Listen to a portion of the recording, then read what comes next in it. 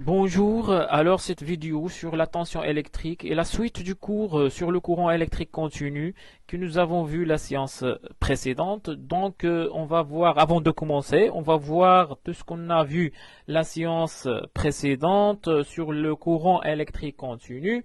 Donc la première des choses, on a dit que le sens conventionnel du courant toujours le courant passe de la borne positive vers la borne négative à l'extérieur du générateur.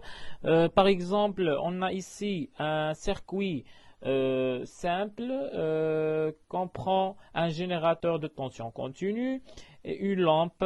Voilà la lampe et voilà le générateur de tension continue. Donc, le courant, comme nous avons dit la séance précédente, est toujours passe de la borne positive de générateur vers la borne négative. Voilà la borne positive et voilà la borne négative. Donc, réellement, au niveau microscopique, à l'intérieur du fil conducteur, les électrons se déplacent dans le sens inverse du courant. D'une manière conventionnelle, on a choisi comme sens du courant tout simplement le sens opposé du mouvement des électrons dans un fil conducteur. Et voilà une animation de tout ce qu'on a dit précédemment sur les deux sens, soit le sens du courant, soit le sens des électrons.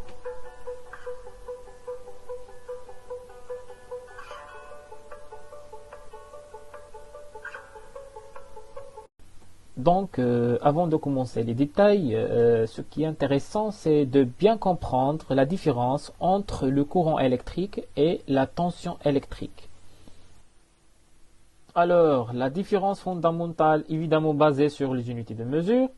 Une tension électrique est notée U et se mesure en volts, et l'intensité de courant électrique ou bien le courant électrique noté I et son unité dans le système international tout simplement A, ampère.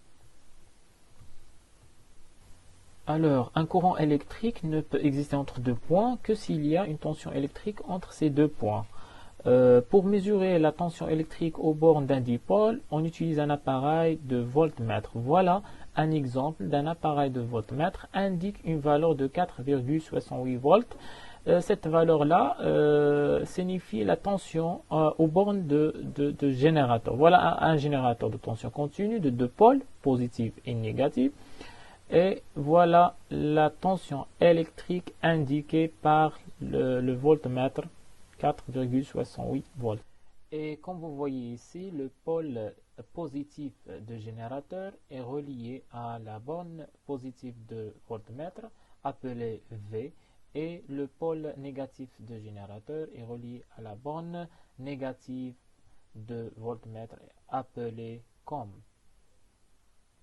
Donc, en inversant les fiches connecteurs, on constate que la valeur indiquée par le voltmètre change ou bien varie, nous donne une valeur de moins 4,68 volts. Donc, on a fait ça en collège, mais on n'a jamais représenté les tensions sur les schémas.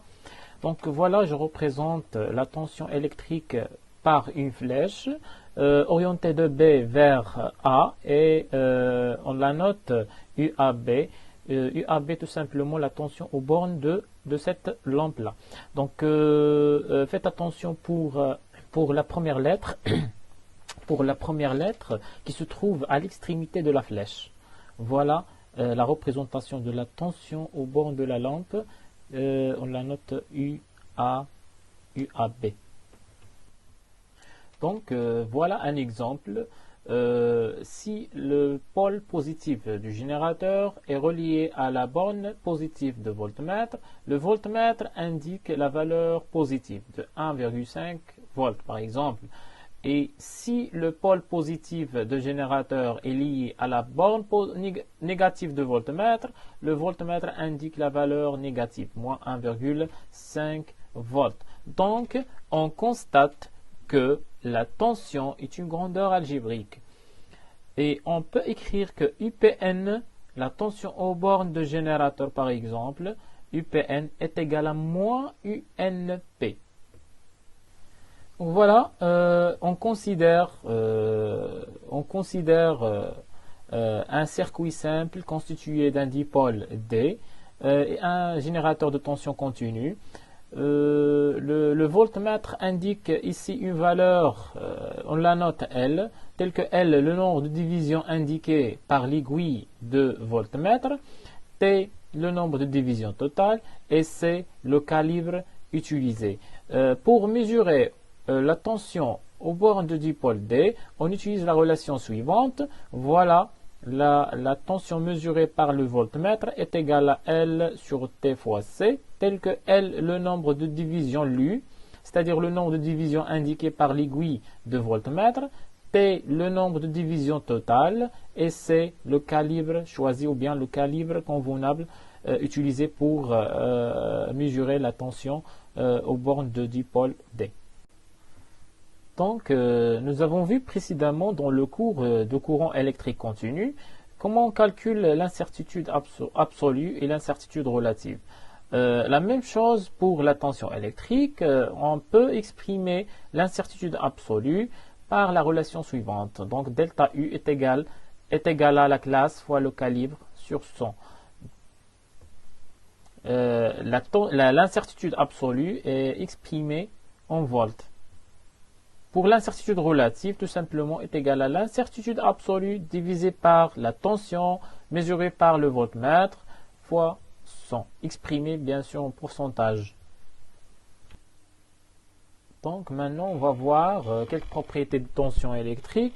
Donc la tension au bord d'un fil conducteur. Si on a un fil vide traversé par un courant d'intensité I, la tension aux bornes d'un fil conducteur est nulle. Donc dans ce cas, le voltmètre indique une valeur nulle, c'est-à-dire 0. UAB est égal à 0. Donc, et voilà un exercice d'application.